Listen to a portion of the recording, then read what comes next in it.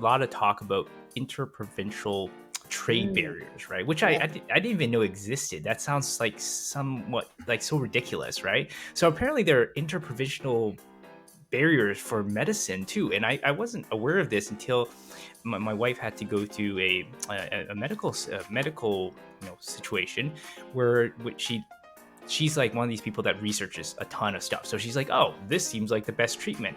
Talks to a doctor, is like, "Actually, you can't get that in BC. You can get that technically in Alberta, but not in BC." And that actually flabbergasted me. We were like, "What? That doesn't seem like it makes any sense." So maybe you can speak a little bit about these interprovincial barriers to practicing medicine, and then some of the hopefully seems like there might be some low hanging fruit that I don't know if your team has identified that could be just removed or alleviated.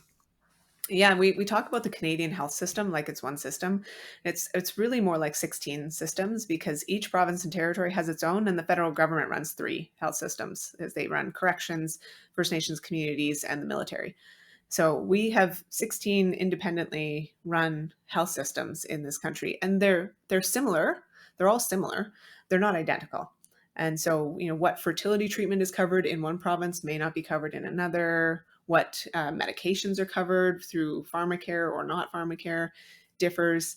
I had a friend who couldn't move out of Saskatchewan because the medication he requires is so expensive, and Saskatchewan covers it, but Manitoba didn't. And so he couldn't move here because he couldn't afford his medication if he left. And these are not rare stories. Fortunately, we're similar enough that most of the time, if you need your knee replaced, every province is going to offer that.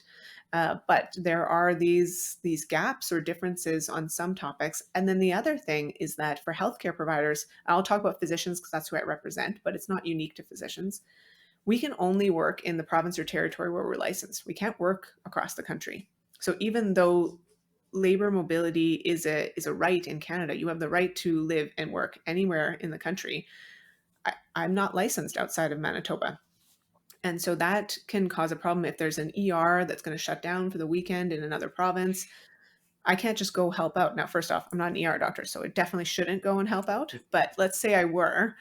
I can't go do that because I would have to apply to the college there, wait for them to approve me, pay thousands of dollars to get a license in that province. No one's going to do that to help out. Maybe if you're gonna move, sure. If you're gonna work half of your time there, maybe. But to be flexible and respond to things, nobody's gonna do that. There's I live in Winnipeg, and 2.5 hour drive to Kenora. Kenora ER, I think it was this past summer, was threatening to close down. I can think of so many doctors that would love to go to a lake country for the weekend, do some ER shifts, go out onto the dock with a drink at the end of the day, but we can't. We can't go help out and prevent their ER from closing.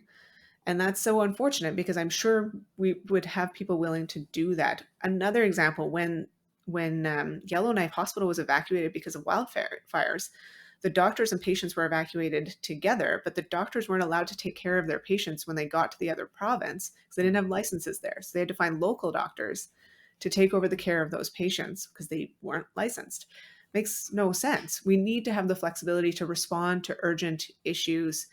And if maybe there's a northern community in Saskatchewan that just needs somebody for a week every few months, if I didn't have to pay thousands of dollars, yeah, like I'd come out for a week every few months, but it may not be worth it for people if they're going to have to go through all of that work. So we are really hoping that, if not now, when, with all this talk about interprovincial trade barriers, that we can get all of the health ministers, because that's who we really need on board here, to agree. And we need to do this. The Atlantic provinces are already a bit ahead of us on this because they have an Atlantic register. You get your license in one of the four provinces, so you already paid thousands of dollars for your license. Pay an extra 500, and then you can work in all four. So better. It's still not the ideal, but it's much better. And so we want to learn from that experience and hopefully get this across the country so that we don't have to see people who move and can't get a doctor in their new province, and then their old doctor's not allowed to provide them virtual care anymore because they aren't in the same province.